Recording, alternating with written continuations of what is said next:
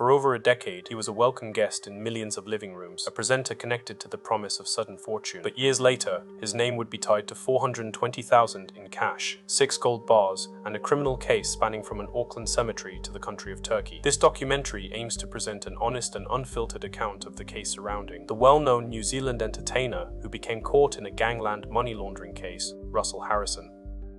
Russell Harrison was born in 1969, making him in his mid to late 50s when his name was finally made public in 2026. Raised in the South Auckland suburb of Mangere, Harrison was the youngest child in a family of 14. In his own academic writing, he described his childhood neighborhood as a cultural epicenter shaped by public state housing, urban Maori migration, and the complex pressures of assimilation. His father, John James Harry Horner, maintained deep ties to his family's roots in the far north, becoming a major influence on Harrison's later writings. His path to the spotlight began early, with public profiles indicating he first stepped onto the stage at just 9 years old. From there, he built a decades-long career as a soul and R&B singer, actor, entertainer, and master of ceremonies. His theatrical credits included major musical stage productions like West Side Story and Grease, while his screen acting career featured roles in the critically acclaimed film Mount Zion and the Once Were Warriors sequel, What Becomes of the Broken Hearted. But to the wider New Zealand public, Harrison was perhaps most recognizable for his television work, specifically his 11-year tenure presenting the New Zealand Lotto broadcast. It was a role built around familiarity, warmth, and the possibility of life-changing money, appearing week after week as part of one of the country's most recognizable television rituals. Outside of the nationwide lottery broadcasts, he remained active across entertainment. He hosted Kai Safari on the Maori television channel, appeared on the Singing Bee game show, entertained audiences across the Pacific on cruise ships, performed with tribute groups including the Howard Morrison Trio, and in 2020 released an original 4-track EP titled Something Over Me. His public persona also expanded beyond entertainment and into academia,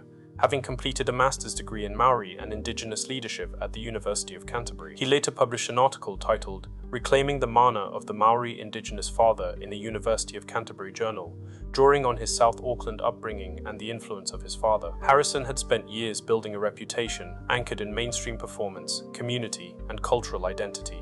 It was that respected public image that made the criminal revelation so jarring. The collision between his celebrated accomplishments and the criminal underworld crystallized in the month of July 2019. According to court documents, Harrison attended a clandestine meeting with an unnamed associate at a cemetery in the Auckland suburb of Onehunga. During this encounter, the former Lotto presenter received $420,000 in physical cash, the money itself being derived from illicit drug trafficking. Just hours after the graveyard meeting, Harrison went to New Zealand gold merchants and used $416,000 of that illicit money to purchase 6 bars of gold bullion. And then 10 days later, Harrison boarded an international flight bound for Turkey. Before his departure, New Zealand customs officials inspected Harrison and discovered the 6 gold bars in his carry-on luggage. But the discovery didn't stop the trip, and he was still permitted to travel, effectively carrying hundreds of thousands of dollars in illicit assets out of the country. Harrison was also carrying a notarized power of attorney document produced in Turkey. On paper, the document indicated he was acting as a courier for the gold bars.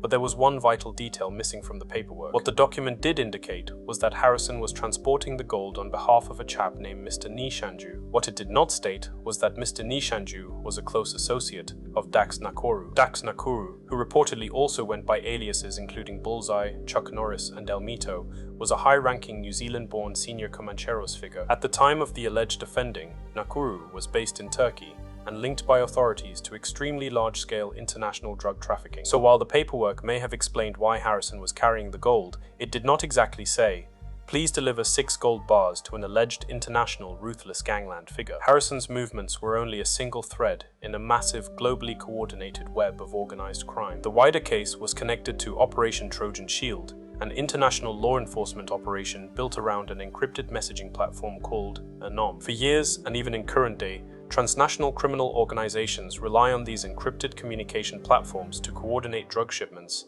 move money, and launder criminal profits without fear of police interception. Recognizing that reliance, the FBI and the Australian Federal Police helped develop and distribute their own encrypted messaging app, which was then marketed in the underworld as being designed by criminals for criminals. Undercover agents approached Hakan Ahiek, an Australian fugitive and alleged organized crime figure. The pitch must have appeared almost too good to be true, because before long, Ahiek was doing the law enforcement's app marketing job for them. As Ahiek helped spread word of the latest and greatest innovation to hit the criminal world since the invention of the Tommy gun, one of those pulled into Anom's orbit was Shane Nakuru. Shane being the cousin of the same senior Comancheros figure authorities alleged was connected to the gold that Harrison carried to Turkey. Message by message, investigators were able to monitor criminal activity, map connections, and build cases across international borders. Then suddenly, in June 2021, almost 2 years after the original cemetery meeting in Onehunga, Operation Trojan Shield came to a head. The resulting raids were devastating, leading to more than 800 arrests worldwide, with approximately 40 individuals swept up in New Zealand alone. Among those arrested in New Zealand were key domestic figures linked to the Comancheros motorcycle gang, facing serious drug smuggling and money laundering charges. And swept up in this unprecedented global sting was, who would have guessed, the beloved Lotto presenter and entertainer, Russell Harrison. By July 2021, Harrison and an associate had appeared in the Rotorua District Court after being charged with participating in an organized criminal group and conspiracy to launder more than $6 million. But because of interim name suppression orders, all the general public were allowed to know was that a well-known New Zealand entertainer had been charged in connection with Operation Trojan Shield. This sparked a protracted legal battle that dragged on for years, marked by repeated delays. It wouldn't be until March 2022, during a High Court hearing,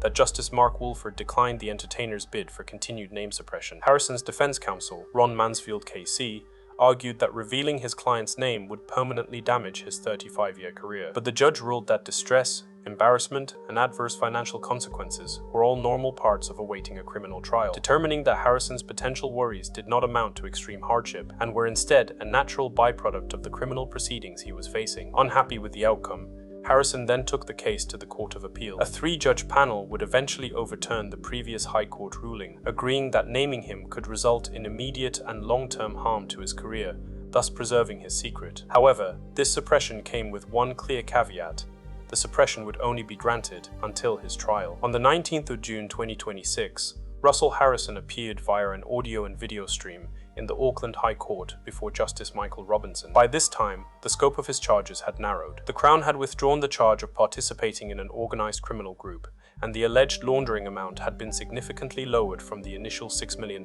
figure, down to the $420,000 he received at the Onehunga Cemetery. While Harrison admitted to the laundering charge, his defense lawyer signaled they would likely seek a non-custodial sentence. His lawyer maintained that his client's involvement was born out of naivety and recklessness, rather than calculated criminal intent, as Mr. Harrison claimed. He had only become involved in the gold bullion scheme at the request of someone he knew and trusted. However, the intercepted communications would paint a much more complex picture. According to messages obtained by authorities, Harrison had allegedly hoped Dax Nakoru would use some of the laundered illicit capital to open a legal medicinal cannabis business on the entertainer's behalf. It was a detail, if accepted by the court, that would cut through the idea that Harrison was simply naive. Whether naive or not, the legal outcome was absolute. Harrison ultimately pleaded guilty to money laundering, an offense carrying a maximum penalty of up to 7 years imprisonment. He remains remanded on bail and is scheduled to reappear for his final sentencing in August 2026. Money laundering cases can sometimes feel abstract, especially because its harm isn't always visible in the same way it is with other offending. But without the money laundering machine, the ill-gotten gains of organized crime would have no vessel to move into the legitimate economy. The unfolding and recently revealed Russell Harrison case is difficult to reduce to one label. His public life had been built around performance, entertainment, culture, and connection. He was a singer, actor, MC, former Lotto presenter, and later an academic voice writing about Maori fatherhood, whānau, and identity. Much like the Nate Nauer case, where a New Zealand radio host was convicted of laundering drug money for the Comancheros through luxury vehicle purchases. The Russell Harrison case shows how the tentacles of the criminal underworld can stretch far and wide, reaching not only those on the margins, but also those who have climbed into respected positions in society. It is also what makes cases like this so uncomfortable. They show how public image and private choices can sit side by side. It's a stark reminder that two things that seem to be complete polar opposites can definitely stand true at the same time. What are your thoughts on the case of Russell Harrison? Does his long public career change the way this offending should be viewed? Or does that familiar public image make the case even harder to ignore? And if anything, serve as a clear reminder that criminal accountability can reach anyone, regardless of status. Share your perspectives in the comments below. If you found this documentary informative, please consider liking this video and subscribing for more in-depth explorations of often overlooked, lesser-known stories. Who else would you like to see us detail next? Your engagement helps us continue to shed light on otherwise unheard narratives.